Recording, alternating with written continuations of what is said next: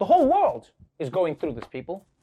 But it turns out there is one place where they do seem to manage the virus better.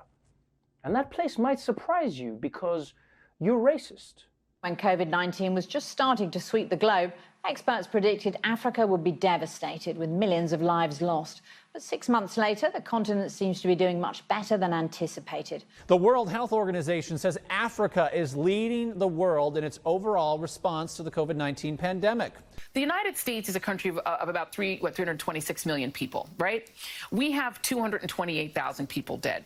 The entire continent of Africa, they have only had 41,000 deaths. Experts cannot explain this. They are baffled as well why the number of cases cumulatively has remained so low compared to the rest of the world. Yes, many people never expected that Africa, of all places, would be able to handle COVID-19. Because you see them now, they're all like, how is Africa so successful at this? I mean, I could understand if this was a marathon or carrying stuff on your head contest, but this is a deadly disease. How are they doing it? And first off, that attitude is offensive. And secondly, hell yeah, we'd win a carrying stuff on your head contest. I've always said that it's racist, that that's not an Olympic sport. White people get to come and shake a ribbon and they win a medal. How come we can't balance buckets and get gold? Huh? I mean, with how well Africa's been doing, maybe they should be sending their 22-year-olds to America so that they can also help out and also get some of those great pictures for their Instagram. So why has Africa been more successful at controlling a deadly disease?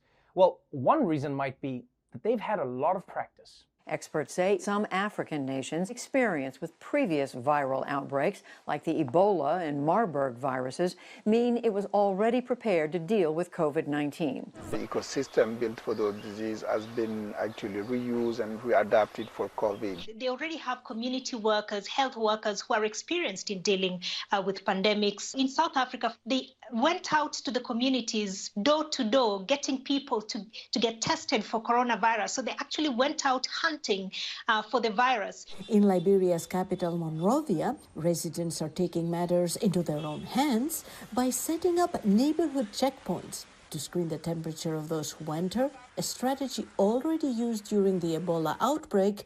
You know how people tap elbows to greet now? That was already used in West Africa during the 2014 to 2016 Ebola outbreak. They called it the Ebola then.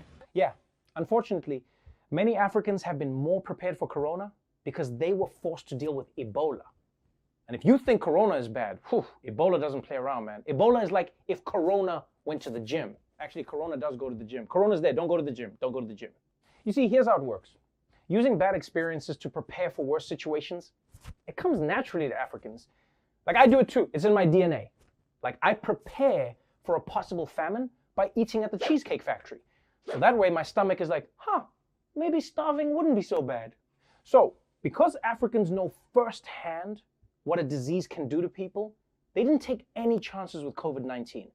Most countries had mandatory mask requirements, and the country of Lesotho even imposed a nationwide lockdown before they had a single case. Imagine that. Imagine that, before they had a case. It reminds me of how my mom would sometimes beat my ass before I did something wrong. But Mom, I haven't done anything. This is for something you were thinking of doing. The worst part is it's true, I was gonna do it. So, African nations were able to build on their experience fighting other outbreaks. But that's not the only thing that's working in their favor.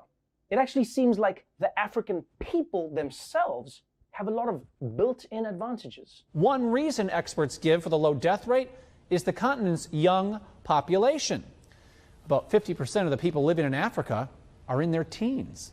In addition, about 40% of those young people, we estimate, had asymptomatic infection, and that might be because they've been exposed to other coronaviruses that cause the common cold earlier on. A key, they believe, the lower burden of so-called diseases of lifestyle, like obesity and hypertension.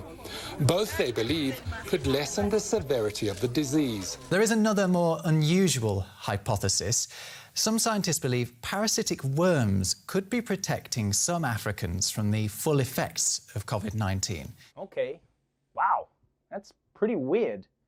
One theory says that Africans have parasitic worms which protect them from coronavirus?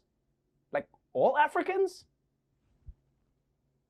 I guess I should thank you, Mr. Wriggles. You were looking out for me. You're welcome, Trevor, how about we get some pizza for dinner tonight? You bet, buddy. He's slowly killing me. But yeah, one of the more intuitive reasons for Africa's success is that as a continent, the people are younger and in better shape than in other places, which helps in surviving Corona. Plus, Africans get that secret vaccine that they developed in Wakanda. So Africa as a whole is doing better than most of the world when it comes to managing COVID-19. But don't forget, luck and circumstance aside, most of Africa's success has come down to leadership. Many African countries have leaders who have taken this disease seriously from the start, and because of that, the people have also taken it seriously. And here's how you know leadership makes a big difference.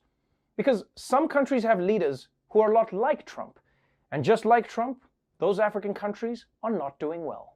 While many countries are being praised for their approach to controlling the spread of COVID-19, Tanzania is an exception. The president, John Magufuli, has been really in recent weeks downplaying the risk of COVID-19, telling people not to wear masks.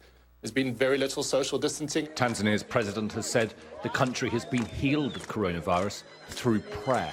It is an almighty claim and difficult to challenge because his government hasn't released any data for weeks. He has been skeptical of the virus and has echoed conspiracy theories. On live television, he told the nation that the country's national laboratory had inflated coronavirus numbers. He even sent samples of fruit to be tested for the virus as a way to expose false positives. Wow. I mean, say what you want about Trump, but at least he's not clogging up the laboratories with fruit samples. I mean, mostly because he doesn't know what a fruit is, but still. Also, can you imagine if that fruit tested positive for coronavirus? I mean, it would be calling up all the other fruit that it was next to in the fruit salad. Hi, blueberries. It's me, Mango. Yeah, I just tested positive for COVID, so you may want to isolate. Oh, and by the way, could you tell Melon for me? Things have been weird for us ever since I told him that he's just in the salad to fill it up, which is totally true, but whatever. Okay, bye. So look, Tanzania and Trump aside, Africa has been much less of a nightmare as it has been on other continents. But please understand, I'm not saying this to brag or anything. I'm not like, Africans are better. No, I'm saying it because this is good news for the rest of the world. It shows that if you take precautions and you use common sense, you can limit the spread and the harm of coronavirus. So please, this is the one time it's okay to take something Africans came up with and claim it as your own.